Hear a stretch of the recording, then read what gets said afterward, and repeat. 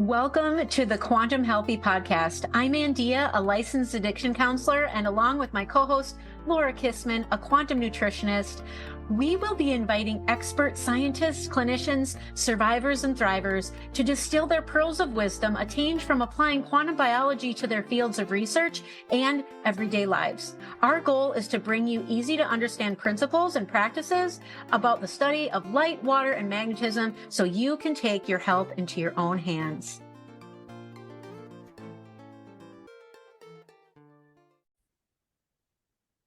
This episode is sponsored by Viva Rays, the only eyewear company that truly understands your biology.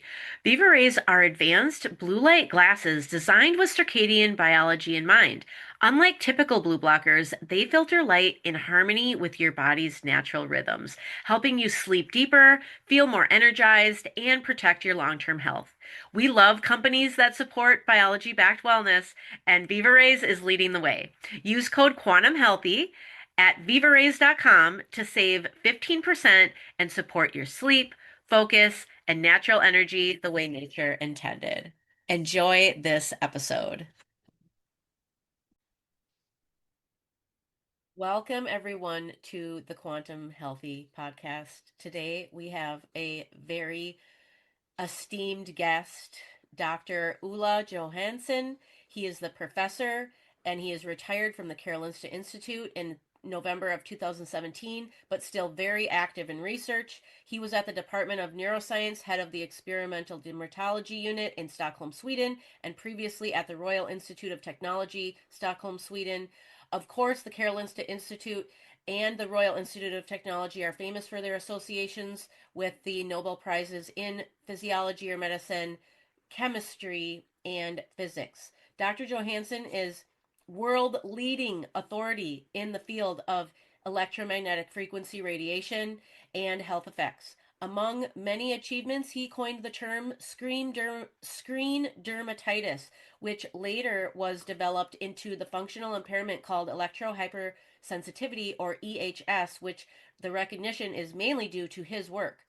He has published more than 800 original articles, reviews, book chapters, and conference reports within the fields of basic and applied neuroscience, dermatoscience, epidemiology, and biophysics, and is one of the 14 scientists and authors behind the original Bioinitiative Report that detailed the relationship between electromagnetic fields associated with power lines and wireless devices and health.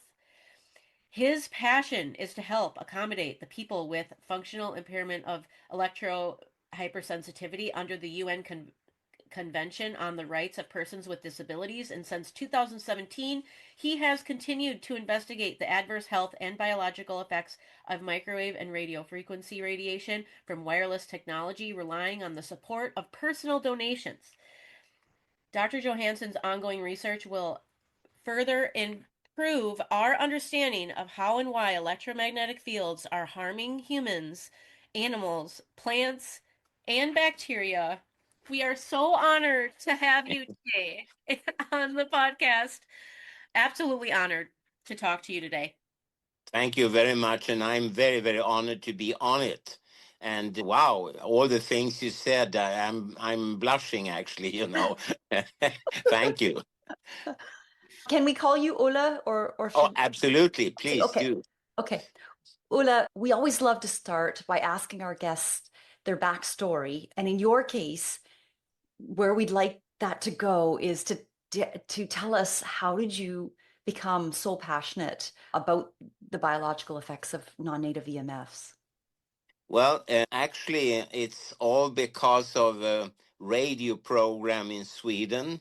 For many years, I had been working at the Department of Neuroscience, and the backstory, as you say, is very important in the sense that I, together with my supervisor, we had been extremely successful, and we had published papers in journals such as Science, Nature, Brain Research, Neuroscience, and so on. Journals where scientists sort of dream to be published, but most are never published in them. But we did it regularly. And that background is important because later on, people accused me of being like an amateur, not knowing anything about science and blah, blah, blah.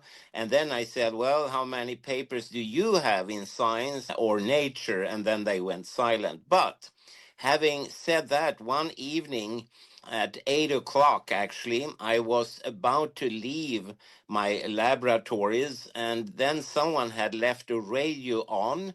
And I'm not an avid radio listener at all, you know. So I approached the radio to turn it off and leave. But then I heard a lady, Kajsa Vedin is her name, and she worked at that time in the trade unions on the west coast of Sweden in the town Göteborg. And she was talking about the newly introduced personal computers. So we are at around 1980, and that people had got problems when they sat in front of them, skin problems, skin rashes, skin irritation, pricking pain, redness, swelling, heat sensations. And being in the field of dermatoscience, the science of the skin, particularly the nervous system of the skin, I listened very carefully. And in the program, she asked for expertise in clinical neurology. And I'm not a clinical neurologist, but I thought, well, a neuroscientist, that's close enough, you know. So the day after, I actually called her and said that I found her story extremely interesting and I wanted to help her. And she arranged for a meeting. She said, we will come to Stockholm from Göteborg and visit you, and I will bring a physicist. Yngve Hamnerius was his name. And we sat down, and all of this is the reason why we talk today. Wow.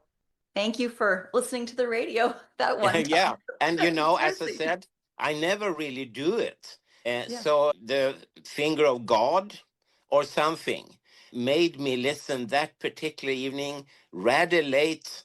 And I stayed, I think, for like half an hour or 1 hour extra because I couldn't leave the program. And I found her description of these persons, both men and women, very, very interesting. Mm, meant Wow. to be. Yeah. For you, Ola, but also for the listeners and watchers on YouTube, I just want to, before we go any further, explain that we did have an episode number 15, with the son of Dr. Martin Blank, R. Blank, who's the CEO of Shield Your Body. And we had him on. It was it might actually be our longest interview because he really went into the background of what is a non-native electromagnetic field.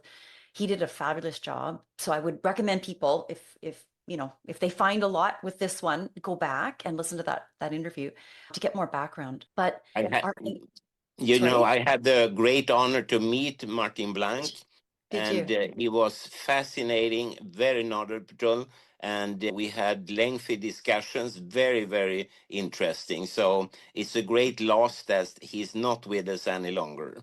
I know. We both ordered his book, the book that the two of them wrote together, Overpowered, an excellent resource Yeah. in anyone's library on non-native electromagnetic fields. And yeah, well, we'll get to maybe touch on some of his research in a second here. But our aim today is really to, I guess, pick your brain on how like your research has progressed to the point that you are using, I've heard you use the word colossal, which is an incredible, a word you don't hear very often, but just like the colossal impact of the biological effects of non-native electromagnetic fields with the unchecked proliferation of just this radiation, especially in the last decade. And gosh, even more since COVID, I would say. But not only those impacts on humanity, but also, as Andia mentioned earlier in the intro, all these species on planet Earth. So Yeah. just quickly, knowing that our blank did it once for us, could you just give us a little overview of the fields so people just can refresh their mind? What is an electromagnetic field and some of those technologies that we're most concerned about?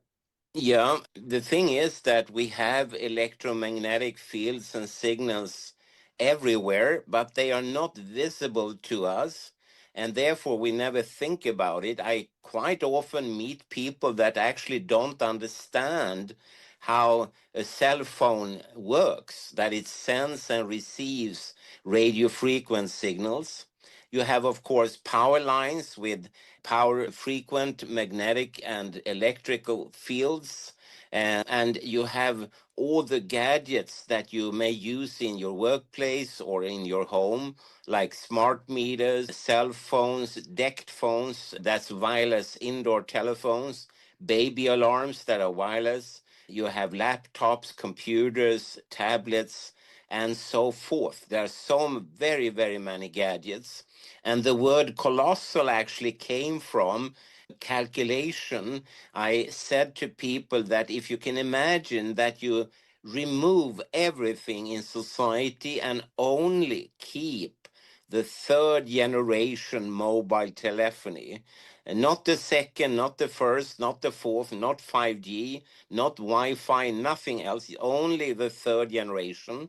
And then you compare the amount of such signals that your body and your cells receive compared to before it was introduced, let's say 30, 40 years ago. And I asked people the amount of radiation, is it twice as much as before? Is it 3 times more, 4 times? And I remember an old man said, no, no, no, no, it's a lot more. I would say 100 times above the natural background. And the audience went, no, no, they would never be allowed to expose us with such dramatic strengths, and levels. But the actual answer is that the 3G compared to natural background is an increase of a quintillion times. That's a 1 with 18 zeros.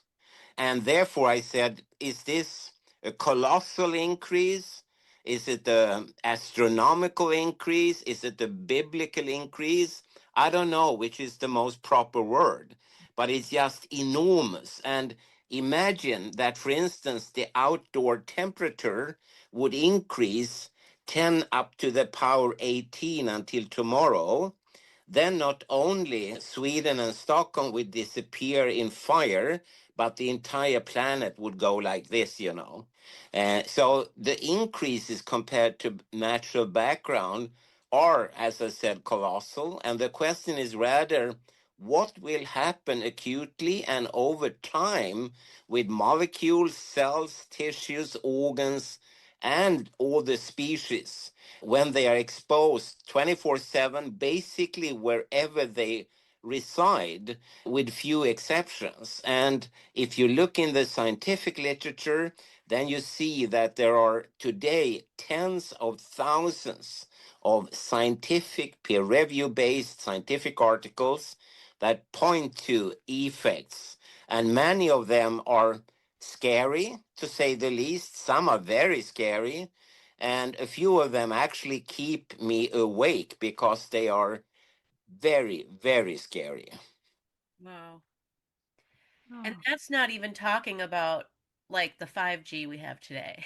Yeah, I was No, going to say, then you'll have to reintroduce everything from like power lines to radio, television, 1, 2, 4, 5G, Wi-Fi, and so on. All the gadgets and systems that we are surrounded by today, and which send signals through our body. And the question is, how much more can we take? And pointing to the research we have today in June 2025, it seems already to be at a tipping point. And many of my colleagues actually say, well, it's not more research we need. We have enough. right. It's up to courts of law and politicians at parliaments and governments to read, act, and react. And they don't do that, actually. And we are struggling here. And when I say we, I mean myself and my co-workers, to wake people. And honestly, I'm a bit surprised that people, for instance, in the Stockholm underground, that they're not standing on the seats screaming in horror, because the results so far, they point in a very dramatic and dark direction. Have you in your research, have you done meta studies where you've actually collected and then written a study based on looking at all these different ones? Well, we have done a few such papers, yes. And what brings me immediately to mind is a study for the Bioinitiative Report, because at the first introduction of the original Bioinitiative Report, it was decided that a few of the best chapters should be published in a peer review based scientific journal, namely a journal called Physiology. And my chapter, very nicely, was chosen to be one of them. And then I expanded upon it, and in 2009 it was published. And when I wrote the updated version, and it was about effects on the immune system, and to make a very, very long story short, it seems as the immune system in our body and in other animals and so on, it's initially activated by the electromagnetic signals, like from cell phones, but after a while, it can't take more. So it starts to deteriorate and leak, and quite quickly goes into underfunction. And I remember, since I was not sure, I felt that, oh, maybe I'm doing something wrong here. So I went across the Solnavägen, the street dividing the Karolinska Institute from the Karolinska Hospital. And at the hospital, one of the foremost experts in the world actually was working at the time on the immune system. And I went to this lady and said, please, I have written this rather lengthy manuscript, and the outcome is this, and I don't trust myself. I must have done something wrong. It Mhm. can't be as bad as it looks. So could you please read it and send back all your comments to me? And she said, okay, I will do it. And after like 3 weeks, she came to me, and then she said, no, nothing is wrong. This is fantastically well written. You have collected all the information. You have used it in a very, very good way. And the only thing I could say is that now I am shaken to the roots. She was quite stressed by the results. And then I sent it to the pathophysiology, and it was published. So that's a very typical example of how you can use, as you say, in a meta study, you collect data from different groups Mhm. and try to put them together like pieces in a jigsaw puzzle.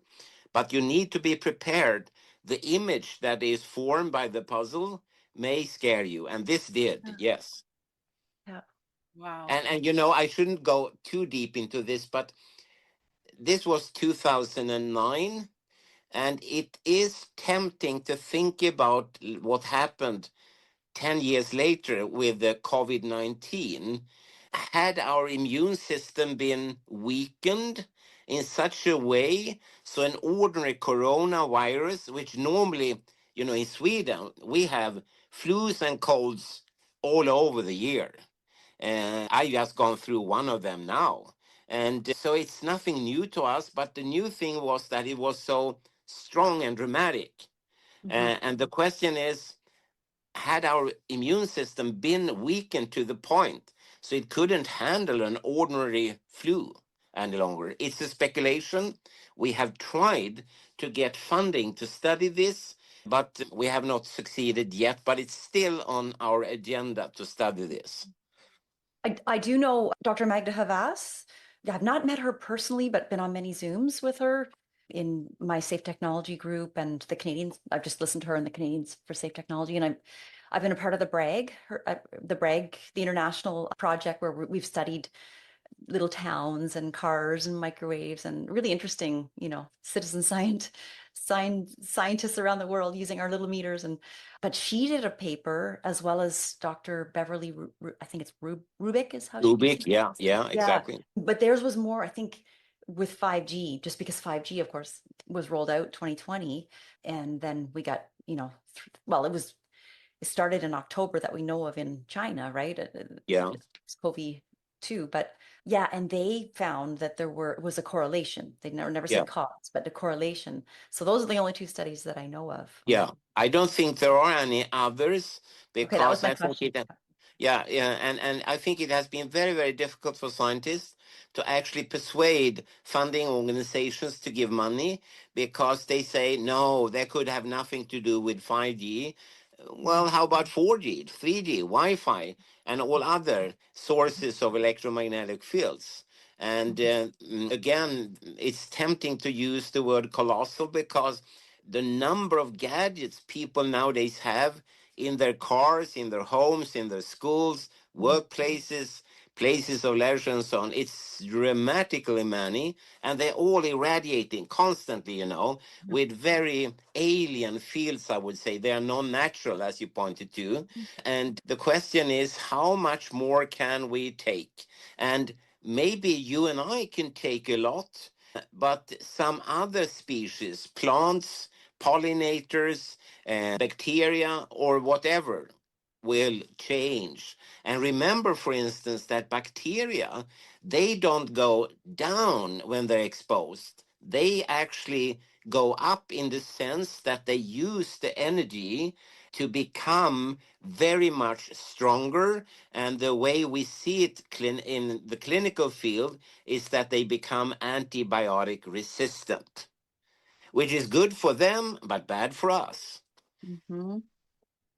I've heard you talk about this. I want to say it was with Cameron Borg, or maybe it was Nick Pinot, but you really went into the detail of the fear of, what would happen if we Yeah, became antibiotic yeah, resistant. And I think you mentioned something about talking to somebody, it was during COVID, and this yeah. was it, and this doctor said to you, yeah, this is small potatoes compared to Yeah, what yeah. the big Well, risk is. it wasn't I who talked. It was a Oh, reporter oh, interviewing. okay. Yes, and he interviewed a civil servant at the World Health Organization in Geneva, in Switzerland, and he asked the person if COVID-19 is the worst threat to mankind.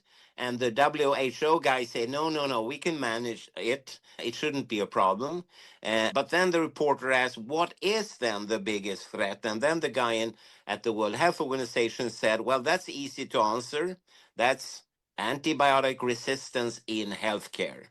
And the WHO actually later, after that, is calling this the tsunami in healthcare. And I've talked with a number of physicians, and they say that someone needs to step up and invent another form of antibiotics. Otherwise, we will lose the grip on it. And then people will, as they did at the end of the 1900th century, start dying from a splinter in the thumb. Mhm. And Just that we would be, can't, yeah, yeah, we that would can't be imagine. dramatic. Yeah. Yeah. So, and Ah, yeah. after this, also scientists, and I'm sorry, I don't remember the name right now, but they have shown that the same sensitivity also applies to soil bacteria. And, in the beginning, I had a bad joke, I would call it. I would tell people when I gave a lecture, imagine that the electromagnetic fields we're talking about, like cell phone signals, would have an impact also on the soil. So one morning when we wake up, there wouldn't be any grass, no bushes, no flowers, nothing, because the nitrogen binding bacteria would be affected. That hasn't happened yet, but the joke is bad in the sense that now soil bacteria also become antibiotic resistant. Again, super good for them. They become strong, but very bad for us, for plants, and so on. Wow. Wow. I mean, you can't even. The other day, I needed a new blow dryer. I haven't had one in a long time, and I was looking at them, and they have Bluetooth. Oh, yeah, yeah, Thing has Bluetooth. yeah, Why do you need yeah, why on earth do you need Bluetooth in a blow dryer? I don't yeah. know. But like But, it's like an it, enhancement so they can charge more for it, but yeah, people don't yeah, understand that that's not a good thing. You want the old thing. The yeah. But it's so interesting you tell me this, because we have another project which we haven't been able to find money to, but it's about Bluetooth. And I did some preliminary studies using an empty train tunnel, and the tunnel goes through a rocky ridge, and it's shielded completely from various signals. And then we tested some measurement equipment, and I said, well, we need to measure some Bluetooth. Well, the other guy said, probably this apartment house building here, they would probably have a few of them.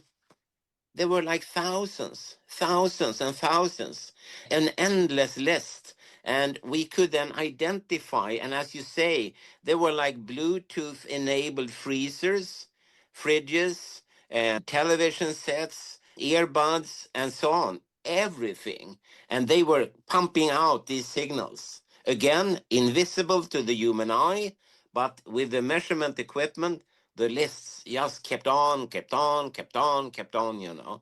So, well, we have definitely salted and peppered our society with electromagnetic signals. That's for sure. That's an interesting way to say it. There's been I've been noticing in social media more and more posts on AirPods, Yeah, earbuds. One of them yesterday was saying that it was correlated with or caused it was causing thyroid nodules, which I mean they're here. It's not too yeah, far from the thyroid. I thought that was interesting. Yeah, I mean, I I would love, yeah, for you to strengthen this message because like speaking of addiction, I joined a gym to help my rehab my leg, and just about everybody there is in their own little space. I yeah, understand it's kind of boring to do machines, and so you want to do it with music. I understand that, but everyone has got either the Bluetooth headphones or the earbuds, and I'm just yeah, cringing because of what I know, because I test them with meters. Myself, I use an air tube headset that actually is shielded. I like the fact that it's shielded from my body and that it's that this the signal stops yeah. around here and then goes up. I hope it's safer. You're still using a cell phone, but I have everything downloaded and it's on airplane mode. The fields, if there's anything, there's maybe a small magnetic field, a little bit of dirty electricity, but it cuts the wireless from what I can tell from my meters. But if you can get the message out, anything you can tell us, any wisdom on Bluetooth, Well, because I skip the worry. wisdom. Yeah, skip the wisdom. Maybe I don't have that. But, you mentioned, for instance, power frequent magnetic fields, which is a long name for ordinary household electricity. And that's actually the smallest increase recorded for artificial, non natural fields compared to the natural background. Such magnetic fields are only increased in the order of 100 million times.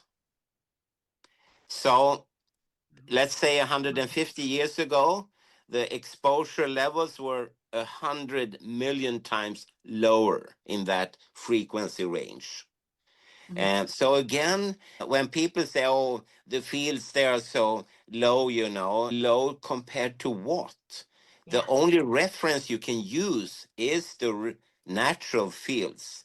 And here on planet Earth, we actually have 50 hertz fields that are natural, so we can compare to them.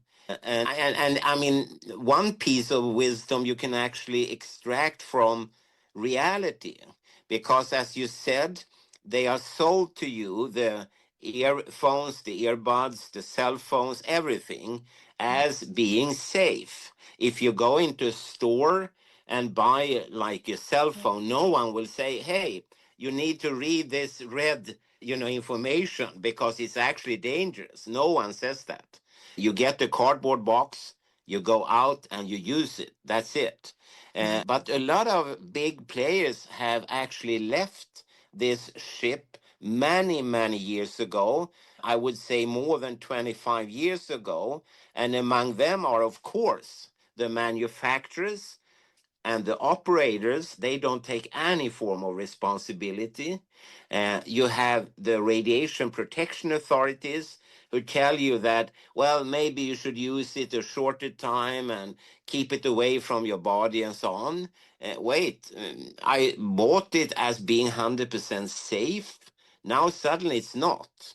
And then you have the World Health Organization, and few people understand and know that they already 2001 cancer classified power frequent magnetic fields in association with childhood leukemia.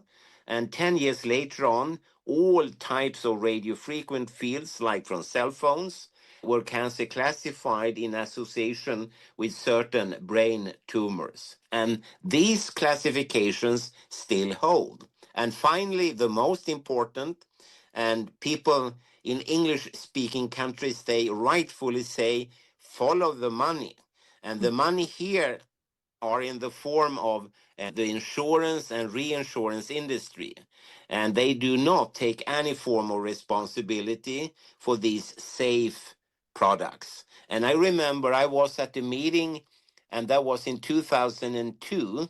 Oh gosh, that's 23 years ago in London. And at the meeting were, for instance, representatives of Lloyd UK, which is the biggest insurance dealer in the world, the Swiss company, which is the biggest reinsurance company, and a small company from Sweden, If Scandia was the name. And they all said that for them it was not a question whether the cell phone radiation or other electromagnetic fields were dangerous or not. They knew they were dangerous. And the only question for them was, who is going to pay in the future when people start to demand compensations because of, for instance, a brain tumor? And they didn't want to pay that. So therefore, they had bailed out completely. Mm. Wow. I just lost a client who held her cell phone she was a realtor, 8 years, on the left side, Yeah, and she had no connection. Like, she got a glioblastoma yeah, diagnosis, told, 15 months to live, and came to me just saying, I just wonder if there's any way you could help me buy time. That was the goal. yeah, And yeah, we won't go to all the details, but when I brought to her the research, that I've come across with cell phones and glioblastomas, she just, her jaw dropped. And she just said, why? No one ever, all in my whole journey with the oncologists and through the surgery and all the things that treatments I took, not one person has ever mentioned this no, link. yeah, I'm thinking, oh my God, how can you guys not all be talking about this? yeah, Because to me, it's the first thing that comes to mind. And if she could take back, yeah, yeah, if she could have been told to read the insert that says this needs to be at least this distance from your head, yeah. and the tumor, of And course, if was right there on that side. Yeah, and if I may come back to that particular meeting in London, because at the meeting there was a lawyer, a fantastic man. His name was Alan Meyer, and he told the various companies and also the insurance companies and so on that, hey, now you have listened to scientists like Olle Johansson, like myself from Sweden. So now you need to do something because it's obvious that you have gadgets here that are not safe at all.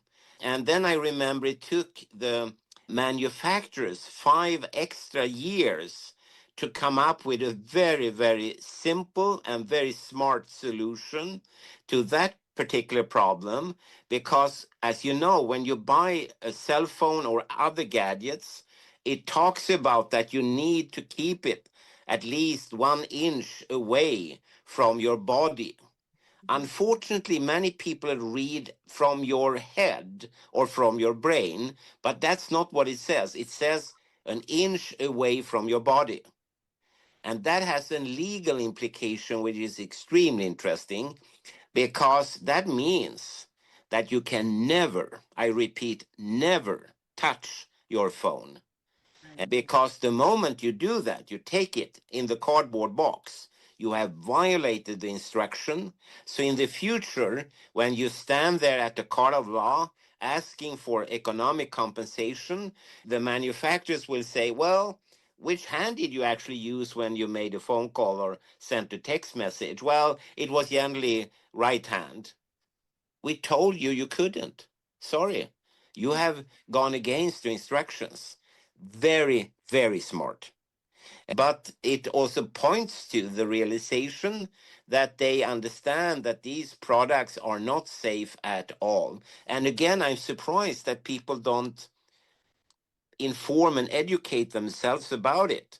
At least in Sweden, no one can say that they haven't seen this information because it has been over and over and over again in newspapers, tabloids, magazines, radio, television.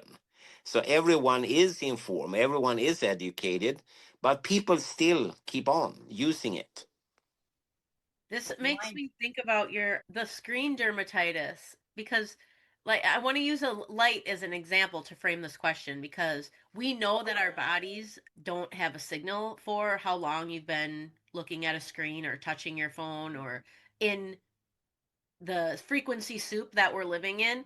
But like when we're in the sun, for instance, the sun's rays go down where the nerve levels are. And if we're laying too long in the sun, we get a little warm, and that signals us to go inside. Yeah. And with this, our bodies have no warning signals because these signals go deep down into the fat layers where there are no nerve signals to tell us. So I'm curious what when you coined that term screen dermatitis, like what went into that? What was your thought process? Well, I was young then, so my thought process wasn't as good as maybe it is now. And we thought that it was some kind of skin illness, skin disease. And therefore, we term this term screen dermatitis because it mimicked classical dermatitis. And you are so very right in that it's actually much bigger than this. And therefore, later it was transformed into the disability or functional impairment. Today, it should even be called functional variability or variation, called electrohypersensitivity. And today, when I think about it, it's very much like the classical yellow canary birds in the coal mine.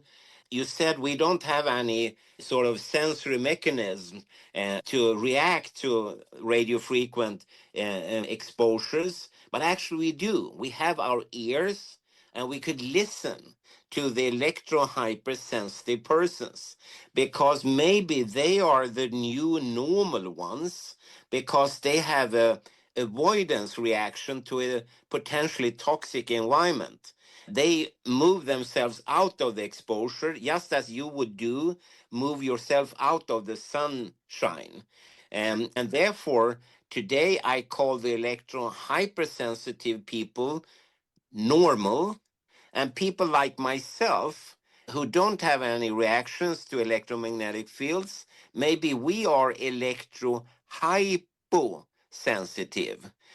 We don't react. It's like a stupid yet little bird who doesn't feel that the air is running out. So maybe we should be very, very thankful to begin with, and also listen very carefully to the electrohypersensitive people because they are telling us that, and I like what you said, the frequency soup. Maybe it's a bit too thick. Maybe it's a bit too rich. Maybe we can't take more of this. And therefore, we need to act and react. And as we said before, only the big players have done it, like the insurance industry, and they bailed out. They left the ship 25 years ago.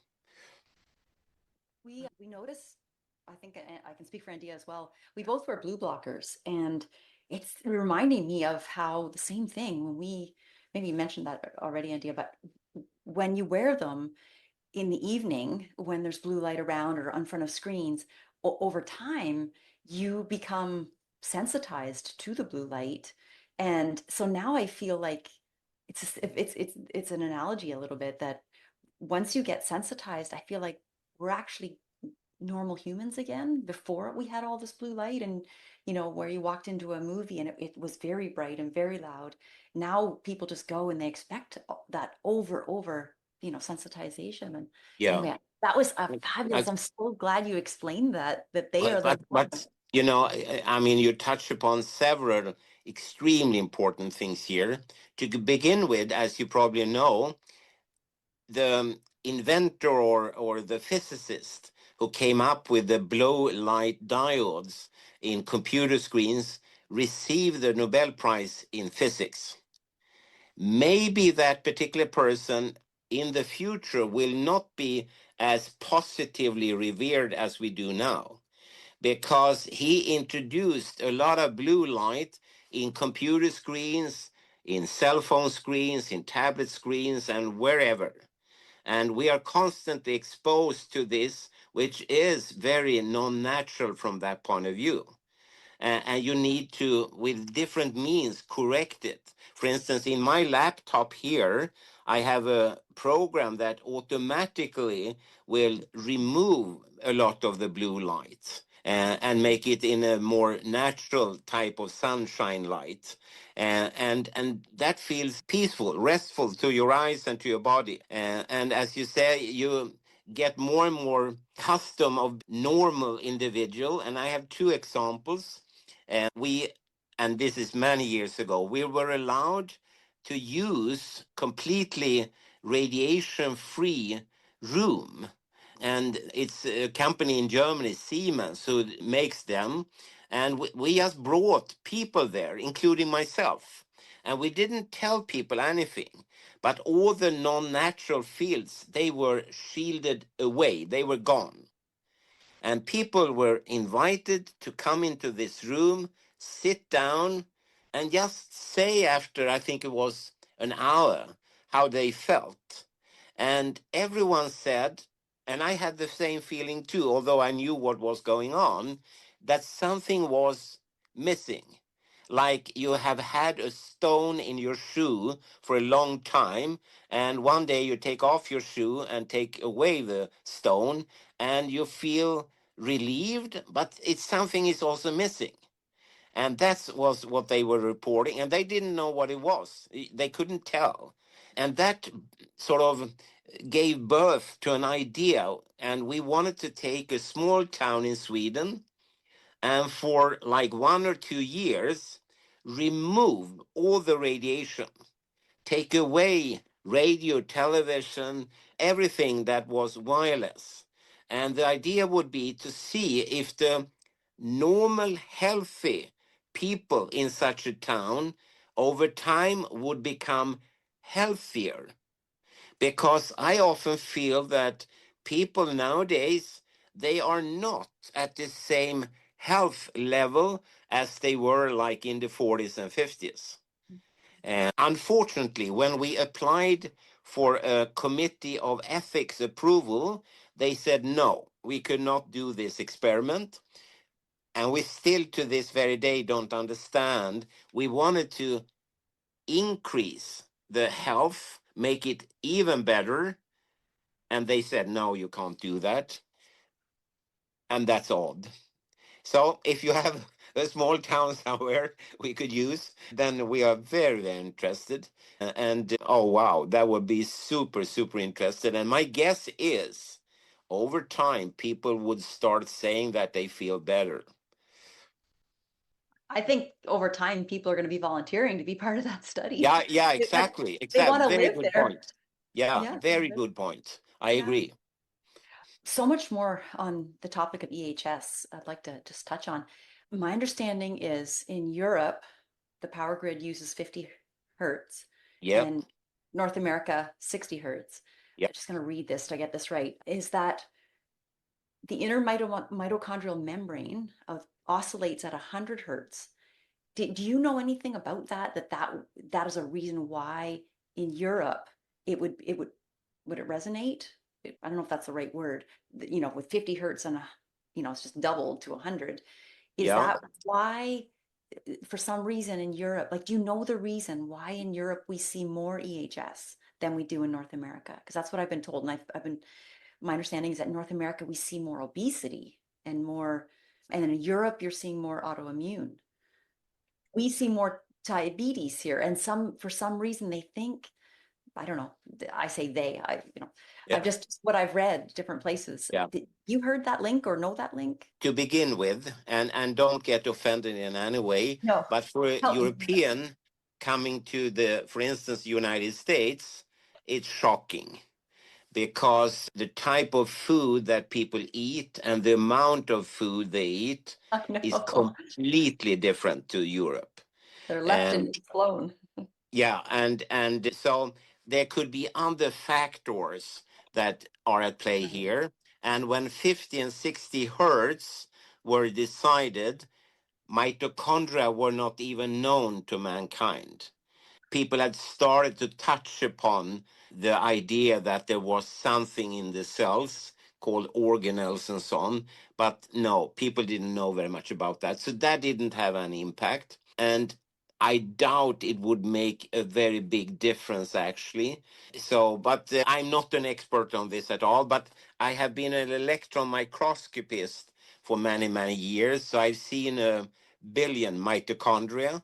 So, yeah, anything and everything is possible, of course, but I think there are other reasons behind that. It would be nice to see more research on that. Oh, You know, I agree. And the mitochondria, should we call it trail or whatever, there are a lot to be found there, I think. So I would see gladly more research being done. We have had some few ideas, but again, it's so difficult to find money to support that kind of investigations. But maybe we are in the clinical reality actually approaching the cells from the wrong angle. Maybe we should look more at the mitochondria and so on. But mhm. it's a hypothesis, of course. Right. Well, I think the demand again for that is coming as people, Yeah, like mitochondria is becoming a household word now because yeah. people are mitochondrial toxic. So I guess Yeah. that's the question I had was, again, you're not an expert in mitochondria, but from your perspective, do you see microwave radiation as a mitochondrial toxin? Oh, I love that question. It's very, very important and very good. I wish I had a good answer. I hesitate to say that. It could be, but being a dull and boring Swede and a scientist, I need hardcore facts on the table.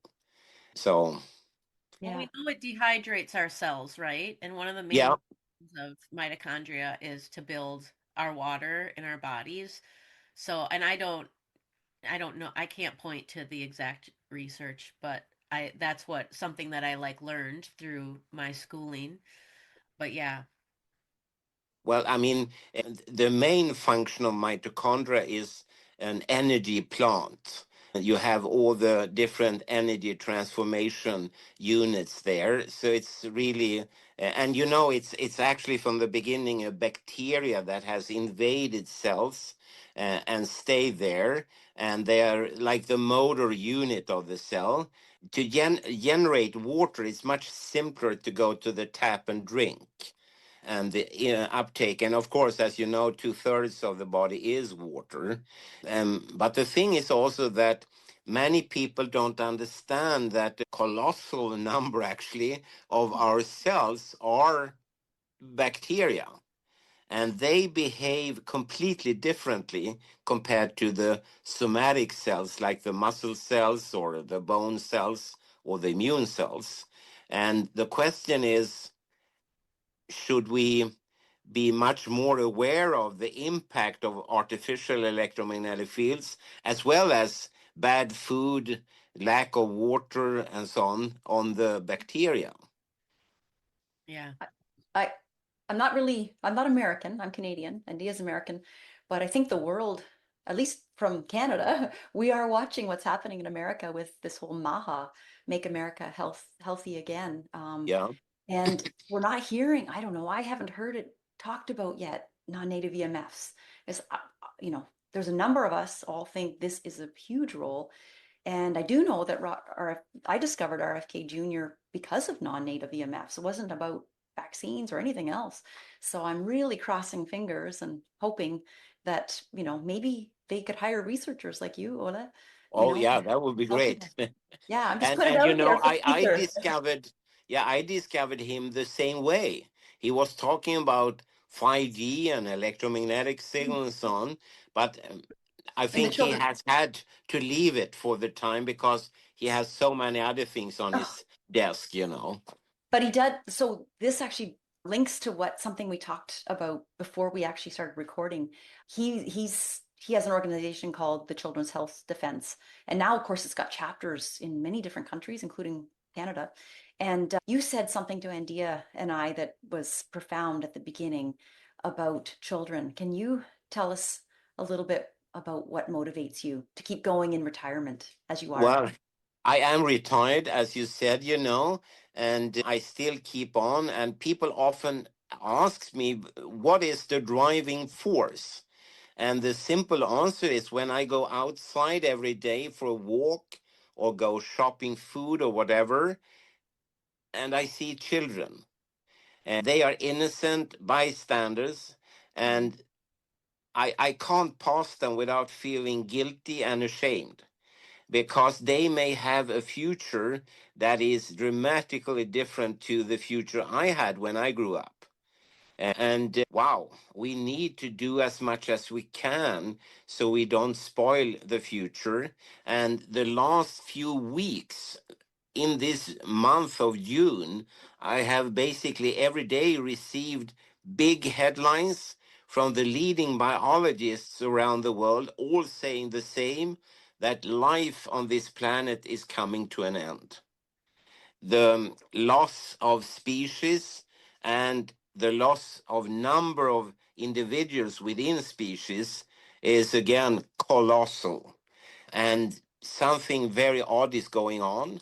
And I hate to say that, for instance, 5G, the wavelength is in this order, and that's the size of a honeybee or an insect or some other small animal, and they are the ones that are gone. I know, for instance, in Canada, more than 90% of the honeybees are gone. In the United States, more than 90% of the bumblebees are gone. And so I hope that, for instance, Robert F. Kennedy Jr. has time to allow a few scientists to look into this using the toolbox that we have at our disposal and doing controlled studies under standardized conditions, especially to be able to rule out if it's not electromagnetic fields. What Mhm. is causing the reduction of pollinators? Is it pesticides, Pesticides. insecticides, viruses, pathogens, the different farming landscape? What is it? I mean, in Sweden, it's such a big difference. Basically, only cereals are grown here. And all the other crops, they're gone because they were dependent on pollinators.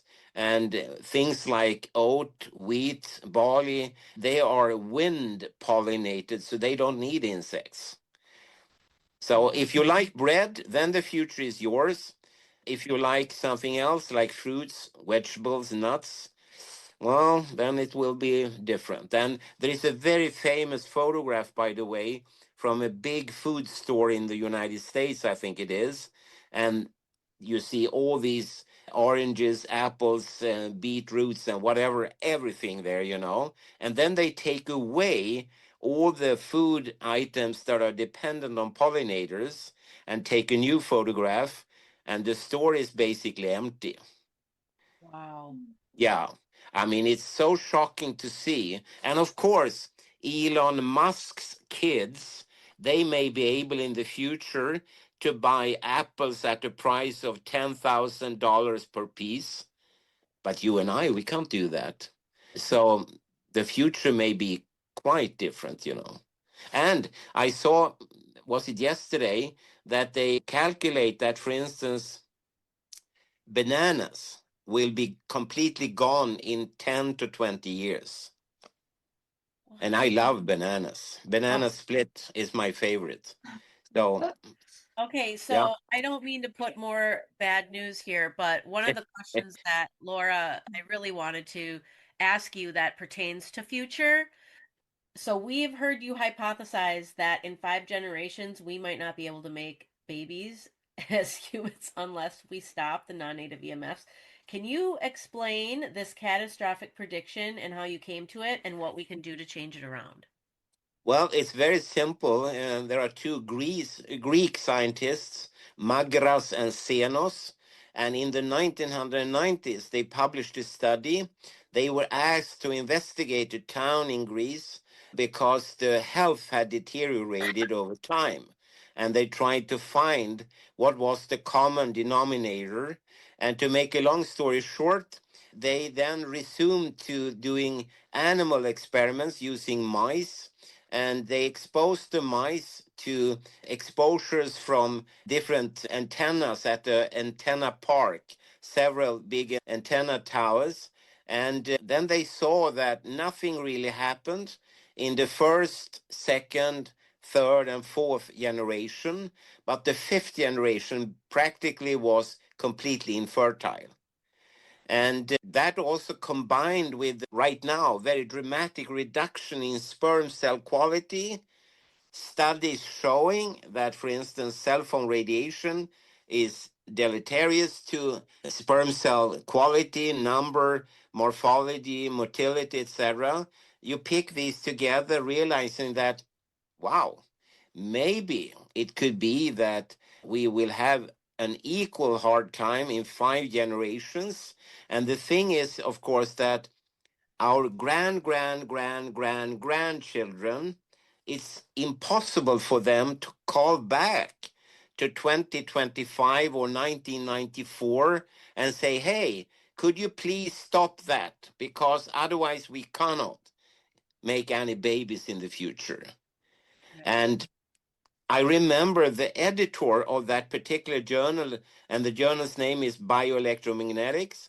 He said that when he received this manuscript from the two Greek scientists, he got so stressed of the results. So he made something which is very uncommon in science. Namely, he took the referee reports, but then he decided to send it to 5 new referees because he thought something must be wrong here. It can't be like the scientists have concluded. And the 5 new sent their referee reports back to the editorial office, all saying, no, you should publish it. It's perfect. And you should remember that this particular study in this particular journal, Bioelectromagnetic, it's the industry's journal. And so they had all the reason to sort of hide it, but they couldn't. So it's there, and no one has been able to show that it was wrong. And in the meantime, as you know, the human fertility is going down dramatically in many countries. This And reminds me. again, Oh, you sorry. know, I'm not naive. I do understand that there could be different culprits working together to produce this, but why shouldn't we be allowed to investigate all these gadgets? They are sold to us as being safe, which the insurance companies doesn't believe, but it's completely unsafe to try to investigate them. Then you get no funding, you have no possibilities to do it. And I'm just afraid in Sweden, we often talk about to be stupid is to turn your back on a wolf. Is that what we are doing now? We are turning our backs to something that is harming us and will continue to harm fetuses, children, teenagers, adults in coming generations. Oh. Yeah, at many layers it harms. Yeah. This reminds me of the Pottinger cat experiment. I can't remember if it was 5 generations, but all they did with that one was they stopped feeding them raw milk and I don't know, raw meat or Yeah. something. Yeah, and yeah, they just cooked it. And I don't know if it was 5 generations or six, I can't remember if they were infertile or they just got sicker and sicker. But I don't know if you yeah. either of you two remember. I'd have to look it up, but But I could add to that, we have just a few weeks ago published a study regarding honeybees, and we shielded them from the natural so-called Schumann resonances, which are extremely low frequent magnetic fields. And then the queens stopped producing fertile eggs. So, in summary, insects like honeybees, they need the natural fields, and probably we need them too, Mhm. but they don't like the non-native artificial fields. Shouldn't we listen to these honeybees Mhm. Yeah. and to the sperm cells, the immune cells, the DNA spirals and so on, shouldn't we listen to them? For me, it's very odd that the party is going on, and I don't understand that countries have time to go to war, like in Ukraine, Gaza, and so on. There is no Yeah. time for that. You need to fix the biosphere because we are losing it. Yeah. And people may say, well, an insect less or so. Oh, you don't see the chains. They are locking into each other.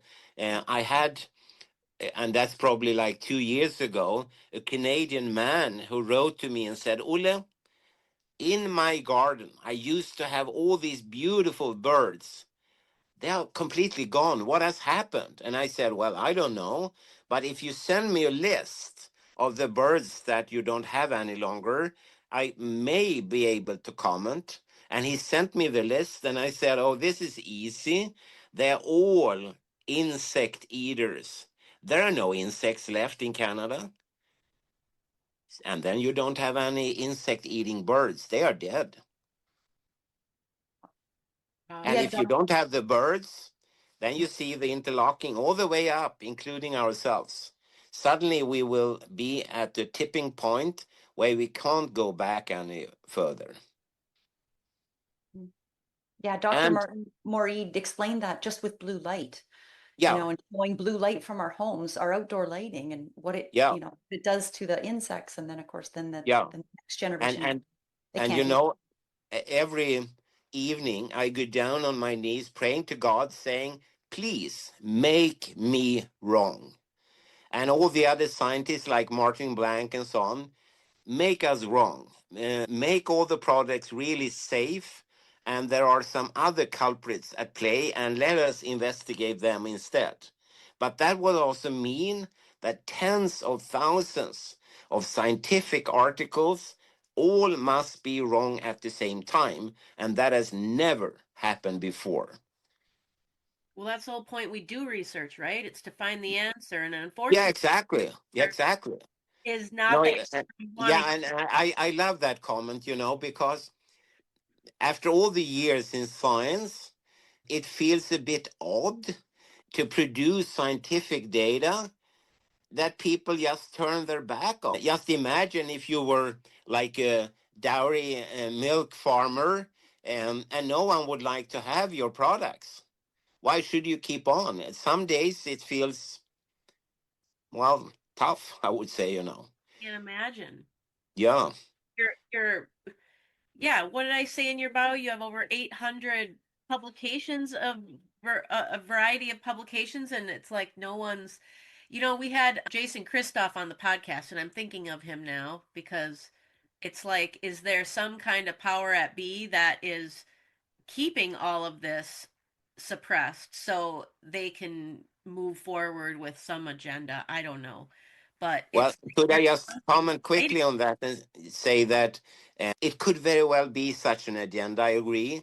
But I would at the same time also say that the most supportive and curious players have often been representatives of the industry because they see opportunities, and I have coined the expression that someone needs to come up with tomorrow's green, human, and environmental friendly technology.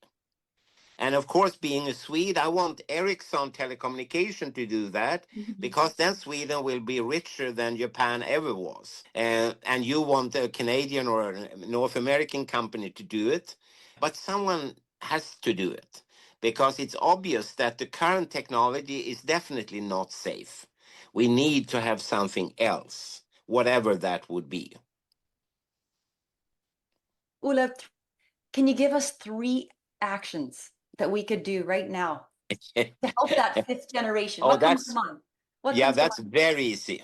Is it And easy? Okay. yes, all your listeners and viewers should continue listening to your excellent podcast Oh, because they would learn a lot. And the last maybe 20 years, I have spent a lot of my own time on informing and educating people wherever I meet them. So that's very important. Then, of course, as a viewer and listener, you should also write to your local as well as national as well as international politicians. And when you do it, you should ask very simple questions that can only be answered with a yes, a no, or I don't know, or a figure slash number. Nothing else. Like, can you guarantee that cell phones are safe? Yes or no, nothing more. So that you can do. And then, of course, if there are kind people listening to this podcast, if they want to support me, for instance, or someone else, it's important really, because without that support, and even if it's like a single dollar, that's more than no dollar. And we have this link you can visit, research.radiation.dk. That's Delta Kappa or kilo at the end. And if you scroll down a bit, you have options where you can use PayPal or direct bank transfer. And maybe you will also post this for people to see. We most we will. certainly will include all of that. Absolutely. We want you to continue fighting the good fight. And you're doing it all of this in your retirement. Oh my gosh, Well, bless you. yeah. And do you know the stupid thing? And I'm sort of happy I don't have children and I'm not married because, and don't tell anyone this, but I actually use my retirement allowance to a great degree because without it, we would have a very difficult time. But of course, it wasn't meant for it, but someone needs to step up and pay. Yeah. Oh, Well, goodness.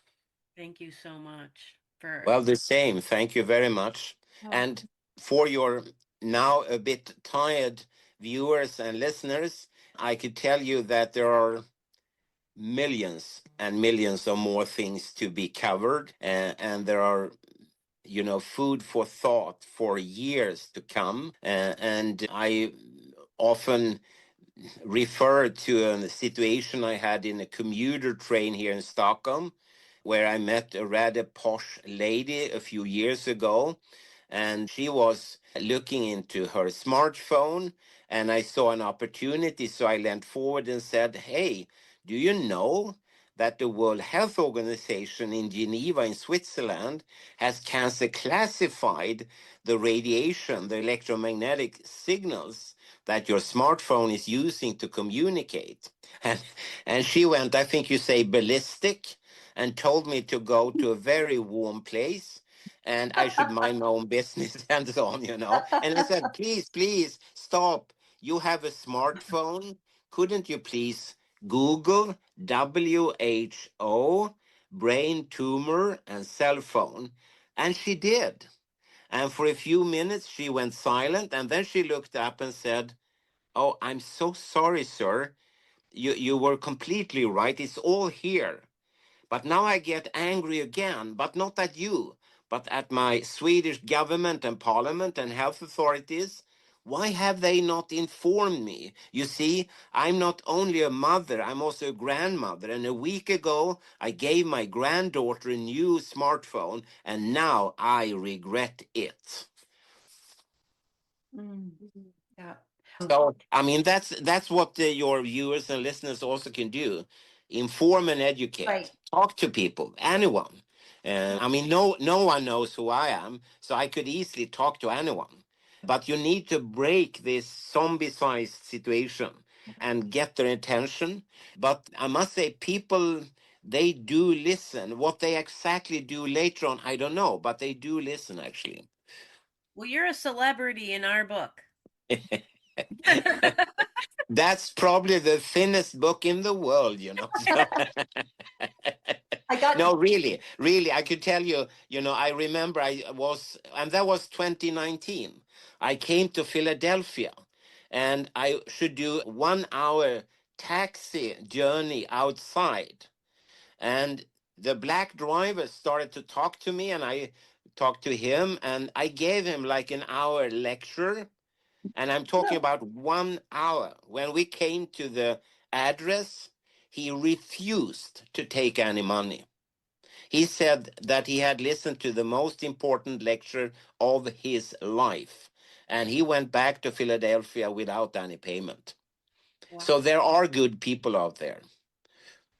Wow, Ulla, as I'm going to actually read you what I wrote for my thank you that's still coming. So you're just getting a little snapshot here. But I put thank you. The very first thing is for the most important conversation we may have just had in life. Never mind this podcast. I actually wrote that. Yeah, Thank you. that's how Thank you. powerful this has Thank been. you. Okay, before we go to I know she's going to go. I think I know where India's going here. Arthur Furstenberg, another Yeah. big hero, passed away Yeah. this year. Yeah. And I know that when I asked you those, what are three things, you never said what he probably would have said, which is ditch the cell phone. And that brings me to, I could ask you why you didn't say that, but before that, can I bring you to Andia, who wants to ask you an addiction question? Because I think addiction is, I don't know, are you thinking that people are just too addicted that they couldn't even possibly contemplate ditching the cell phone? Well, I mean, I agree with Arthur, and actually, I gave him the idea of ditching the phone. Did you? Yeah, Wow, I did that, no way. and he really was very very excited about it and told people always to ditch the phone. But at the Yeah. same time, well, I mean, people here in Sweden, at least, they are extremely addicted. I've never seen any drug or alcohol or cigarette smoking or anything as powerful as the addiction to their smartphones and cell phones. And maybe I'm becoming more, well, realistic, maybe you can say, that you need to find rather a new technology. We talked about the tomorrow's green, human, and environmental friendly technology. And I don't know how that would look like, but maybe we need to ditch not only the phone, but everything wireless and go back to a wired shielded situation, which I've written a lot about. And of course, in a wired shielded cell phone, for instance, and it wouldn't be a cell phone, it would be an ordinary old fashioned phone, you would get the same information and there wouldn't be any difference. You would get exactly the same, but you couldn't run around. And as you know, when people are interviewed, often the mobility of cell phones and similar gadgets is the least important aspect. So most people, they are sitting somewhere doing their work or leisure time or whatever, and they could do it with a wired concept as well. But you are right, ditch the phone. I should have said that as number one. We could have a new acronym. Yeah. It's DTFF. Yeah, exactly. Yeah. Yeah. I love it. That's my new acronym. So I love that. the addiction question I wanted to ask, just, I mean, you know, we we know that smartphone use is problematic and addictive, and it just seems like when I look at articles and things on like social media addiction and things like that, they're never discussing non-native EMFs, they're never discussing blue light. And it's like, if we were to take those things from the phone, which we used to have in the 80s, it was called a phone that hung on your wall, like a landline, like Yeah. like the, and I know that the researchers have not come to a consensus yet to even put this in the DSM-5, so or the future DSMs, but the Diagnostic Statistical Manual, but we just know that with any addiction, it's referring to daily life activities. That is Yeah, a hallmark of addiction is that it's disrupting daily living. And then, we also know that people know that there's negative consequences, but yet that they continue to do it. Another yeah. hallmark of addiction. So, just what are your thoughts on the addictive nature and then the fact that screen use is the most common thing that they're using in schools now? And Yeah. how do we go back to the way things were? Obviously, something needs to change, and you know, you have explained clear evidence here Yeah. that I mean, there is hope, and because okay, certain countries and their authorities have listened to this. My own country, Sweden, for sure. You have France, you have recently Spain, that now actively reduces the amount of time spent for children in school with these type of digitized tablets, computer screens, laptops, and cell phones. And that's just from a pedagogic point of view. And it's interesting to see the same happened several years ago in China. And China as a country have a very simple business idea. They want to buy it all. Canada, the US, Sweden, France, Spain, everything. They want to have it all. And to do that, they need to have pupils and students and adults that are very, very well educated, informed, and attentive. And they have, of course. And the one way to ensure this is that pupils and students should not spend time on this. They should spend time looking at and listening to the teacher. And the same is now happening in other countries. Still very few, but there are such countries. So there is like a revolution taking steps backwards. And that is today's progress. So I am actually rather hopeful because it has to do with business and money. Countries that allow their kids to do this, they cannot compete on a global market. So they need to shape up their act when it comes to pupils and students and more realize this. yeah. Well, let's let's hope. But I just thought just came in my head too about like are we just all being so selfish to turn a blind eye to this because we're on the earth right now and it's not going to be ended, but in 50 years when I'm dead, like so I shouldn't have to worry about it. I think you are very right in this. Yes, I think people are much more selfish than they used to be, and they have a very short, how should I say, time span which they Yes. think about, and it's so short actually, so they don't even care for their own kids. Yeah. It's just now and here, now and here, now and here all the time. And I try, when I walk around here in Sweden, to talk to parents about the effect, short term and long term. They do listen, but I'm not sure they actually go back home and really changes something, and that needs to happen. But maybe we need decisions at another level. And here in Sweden, there has been a number of extremely interesting authority announcements from the governmental authorities. One of them saying, for instance, hey, parents in Sweden, you cannot allow yourself to play with your cell phone while your kid is taking a swim at the shore, because several children died because they drowned while the parents were sitting a few meters from them. So the authorities went forward with this. The same authority also said, hey, parents, you have to realize that if you allow your children to do this day after day after day, they will become myopic or nearsighted to such a degree so they could never apply for a driving license.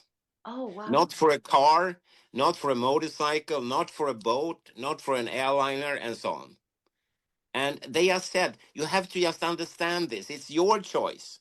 But if they become so myopic, they cannot be allowed to drive a jumbo jet, for instance. Right. It's simple, it's simple. And again, maybe the parents woke up for a few days, but I don't see any big change or shift. And I was shocked to learn that kids had drowned here in Sweden in summertime, a few meters from their parents, that Oh. were sucked into their smartphones. Wow. Well, I'm glad that you gave us a glimmer of hope. And It's remember, almost like, remember, I'm a Swede and we are by nature depressed. So that's the way we are. See, I'm used to Swedes all singing at the dinner table, drinking, being No, merry. that's the That's my memories. Vikings.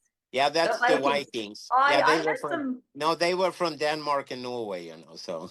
well, Ole, as or Ula, as we close up here, will you answer our signature question, which is, what does quantum health mean to you? What does quantum healthy mean to you? Oh, that's extremely important because everything we have talked about now is based upon quantum ideas when it boils down to the type of exposures, microwaves, and whatever. So that's inherited into these questions. And I have also always been very interested in the whole quantum idea, and of course, I often think about the father of quantum physics, Max Planck. And he said something like this: your opponent, as a scientist, your opponent can never be persuaded. He or she has to die. And Max Planck was extremely, he had an extreme opposition against him. Even Albert Einstein didn't trust him. But of course, apart from Einstein, today no one can mention the names of any of these opposing scientists. And in every town and city in Germany, you have a Max Planck Institute, and Max Planck himself did receive the Nobel Prize in Physics. So it ended well, just as this podcast ended well. So.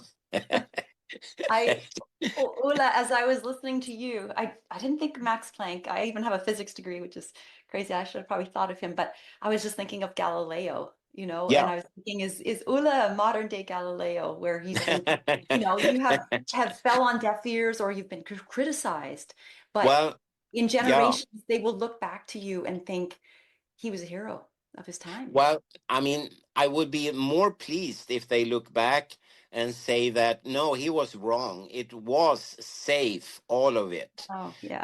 And the insurance companies, they could crawl back to the ship Yeah. and take part in society.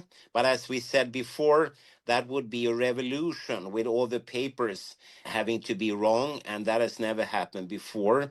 And I wouldn't like to come to St. Peter at the pearly gates, he is saying to me, Olle, why didn't you speak up? You saw and understood. It's better, he says, Olle, you tried your hardest, you failed, but you tried your hardest. So you are welcome into heaven. And that's enough for me. Mm, Oh, wow. you are truly an angel, that's for sure. Thank you. Thank you. Well, so much more now because of you and you leading so many. I know so many people look up to everything you've done. Oh, Uh, thank you. I know Laura has a well-crafted thank you, as she always does. Oh, well, we've been using it up as this interview's gone We've been on. using it up. Oh gosh, but I do want to say, you just gave a gem a second ago. Thank you for trying your hardest. I feel a good result for you at the pearly gates. I feel optimistic for you. Oh, And thank you. honestly, I think I speak for Andy and I when, a year and a half ago, when we came up with why we wanted to do this podcast, it was for this very reason. It was a bigger mission than just trying to promote our own little businesses or whatever. It's really about the planet and Yeah. the species on it, and not just humanity. And No. we're trying to get these conversations because they are so important. And so thank you for being always so outspoken Thank you. and just trying your hardest to warn humanity of the implications of playing with this invisible, I think you've called it firestorm of non-native EMFs. Your courage to tell the truth despite all the criticism that you've endured along the way. I have a t-shirt that says fearless as FUCK. You earned it. You're in that category. Absolutely. And Dia mentioned the, foregoing your retirement here and, still working so hard, but really, for answering the questions about the transgenerational effects today. That was very depressing, obviously, the species, but just this, you're imploring politicians and people like us to go to our politicians to really look at the biosphere, and we have to fix it now. And thank you so much. Thank you. Please continue, and maybe we can have you back. I'd love to continue this conversation, to hear that you've I mean, there are so research many is other going on. things to cover. It would be a great honor to come back sometime. Yes, thank you. And I should end with thank you for all your work for the electrohypersensitive normal people out there, because I've just got shivers. Because I know so many from my safe technology groups, and I know they are going to listen to this podcast, and they really are thankful for all the work that you've done to help them have rights and to find accommodations, because they're refugees in wireless and Wi-Fi. Thank you again so much, Thank you. Bumps, and thank you everyone for listening. We will see you next time. Thank you for sticking around to the end of this podcast. We want to thank our sponsor, Viva Rays, who allows for us to get this information to you. They offer top-of-the-line blue blocking glasses, which, as we know, are critical for our health these days for blocking artificial light at night. Over 90% of our time is spent indoors under artificial lights, and this puts us all prone to circadian rhythm disruption. You can use the code Quantum Healthy for a discount. Link is in the show notes. Thank you so much for listening to the Quantum Healthy podcast. We hope you found some value in this information. And if you feel inspired, please share it and leave us a 5-star review. This will help us reach so many more people. If you want to connect with Laura, you can find her at laurakistmanwellness.com and Ndia at ndiaray.com. Links are below in the show notes. Now, go find some sunlight and embrace your own quantum healthy.